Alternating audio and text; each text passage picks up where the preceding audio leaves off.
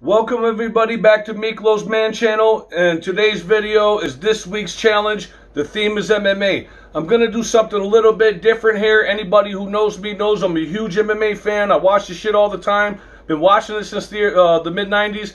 But we're going to do a little bit different today, and today is my renditions and my grading of MMA fighters as actors. I hope you enjoy it. Okay, so our first entry is going to be Anderson the Spider Silva, one of the greatest fighters of all time. Anybody who's ever watched MMA, if you've been watching it since, the turn of the 2000s, you know who Anderson Spider Silva is. One of the greatest of all time, any weight class. But his acting career was a bit abysmal. And I'm saying, okay, it's Anderson Silva, he's one of the GOATs, but his movies fucking suck. The movie Tap Out in 2014 was the worst fucking MMA movie I have ever seen in my entire life. And on top of that, your follow-up is Lord of the Streets with Tretch from Naughty by Nature. Dude, we shouldn't be that desperate. And we'll get back to that movie later on in this countdown. I really think the problem with Anderson Silva is that his limited amount of English really put him kind of out of the realm of speaking roles. It's not like he was Jackie Chan, you know what I mean? But if you want to watch those movies, you feel free to go ahead. If you have any opinions on them, you know what the comment section's for. So we're going to get on to our next entry. Next up on our list is going to be Keith Jardine. The Dean of Mean. I've always liked a cool nickname when it comes to MMA. The guy's a very lovable fighter, very hard-nosed, grind out, like slugfest with anybody, Forrest Griffin type guy. Mad love for the guy. He also holds a win over Chuck Liddell, which should be pretty impressive. He's ballsy as hell, man, And he's had a lot of small movie roles a lot of people might have missed him in. He was in Crank High Voltage with Jason Statham. He was in John Wick. He was in the Logan movie, the end of Wolverine. He was also in a movie called Death Warrior, which is the other worst MMA movie of all fucking time. You really do not want to waste your time watching this. But if you do, go ahead and we can argue about it in the comments if you feel like it. He's got over 58 acting credits in movies and TV alone, you know what I mean? And the guy is also a stuntman elite.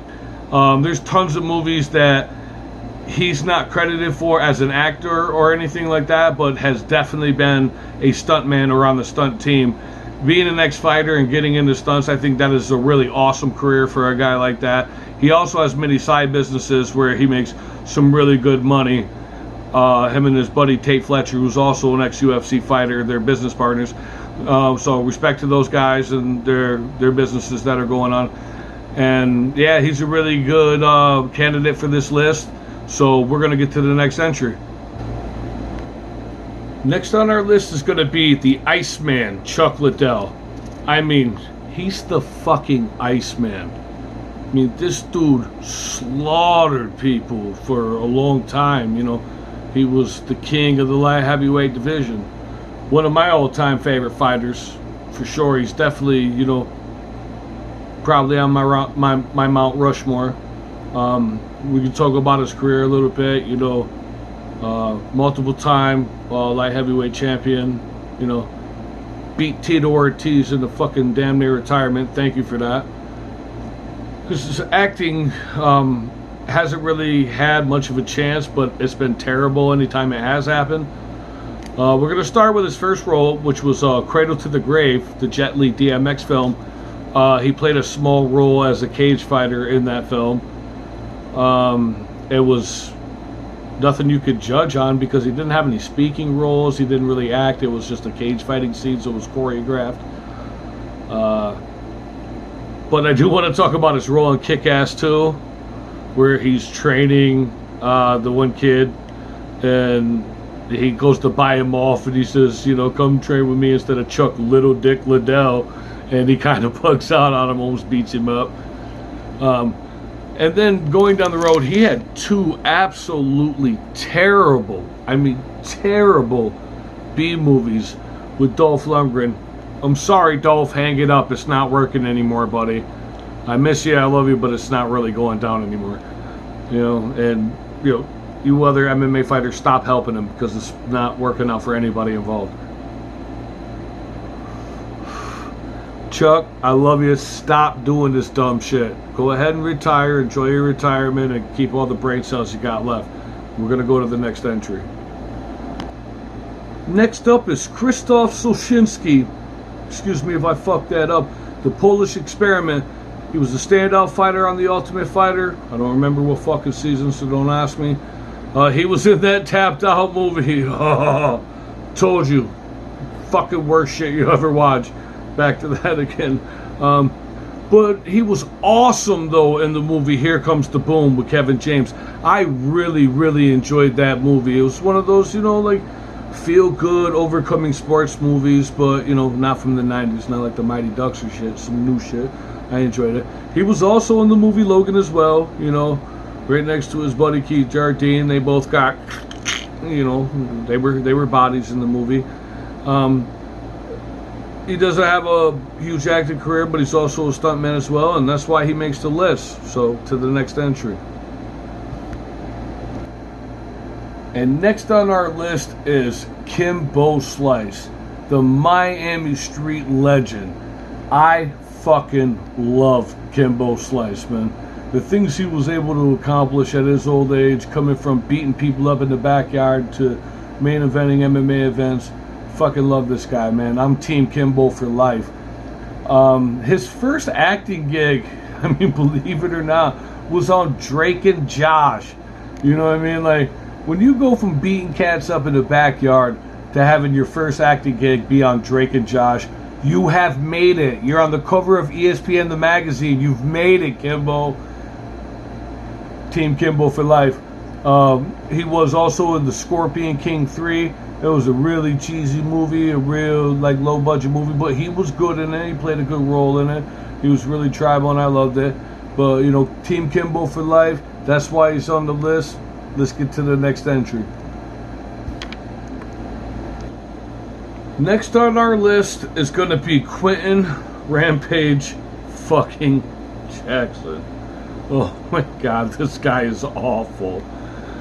He's in 6 absolutely terrible MMA movies. I'm not even going to tell you the names of these fucking things because I don't want you to lose that time in your life. That's how much I care about y'all. And then, for some reason, he got cast to be B.A. Baracus in the fucking A-Team. I mean, Jesus Christ, man. Mr. T, Clubber Lang, is rolling over in his fucking grave and the man's not even dead yet. This shit is heartbreaking. And then, again, Lord of the Streets. Are you kidding me? Bro, just stop. It is fucking terrible. It's absolutely terrible. I'm sorry, but it's terrible. So, yeah. Next on our list is George St. Pierre. George Rush. My man. The welterweight GOAT. One of the greatest of all time. He was in 2 of those unnamed bad MMA movies I was talking about, but I'm going to let that slide. However, he was in the Kickboxer reboot, and I thought that was a really good movie. I enjoyed it myself, even being a fan of the original growing up. And he was also in the Marvel movies as Bartrock the Leaper. Next on our list is Randy Couture, Captain America. This is my dude. This dude comes out of retirement and beats the brakes off the heavyweight champion, just out of nowhere. Gotta love Randy Couture. His first role was actually the same as before, in Cradle to the Grave as a cage fighter, so moving on. This guy has 58 acting credits under his belt. I mean, he's made a lot of money doing this thing. Respect.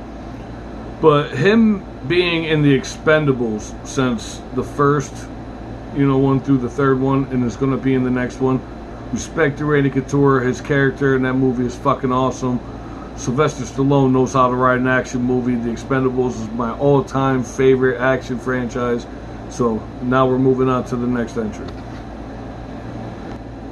Next up on our list is going to be Gina Carano, the pioneer of women's mixed martial arts. American Gladiator. Like, this chick was the baddest of the baddest before chicks were tough. You know, her career speaks for herself. As far as her movie career, her first role was in the movie Blood and Bone, a Michael Jai White film. I love Michael Jai White's movies, you know, big fan of his shit. She starred in the movie Haywire, I thought was pretty good, but got pissed on by the critics. She was in the Fast and Furious 6. Was also in Deadpool too. I thought she was really good in that movie. Now she's doing other stuff. She got a new movie coming out. I haven't seen it yet. Terror on the Prairie. And she was also a big part and had a great role in The Mandalorian. So we'll see what's coming up next for her. So we'll get to the next entry. And number one is going to be Dave Bautista. Like, did you think it was going to be anybody else?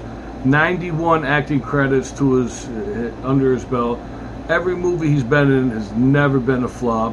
I mean, the Guardians of the Galaxy movies, his success with all the Marvel movies he's been in, just puts him at top of everybody as far as MMA fighters who have been in movies. And if you think that's not a fact, and what you did know is that, yeah, he was also an MMA fighter too. So thanks for watching the video. That's the end of today's video, and I will see you guys next time.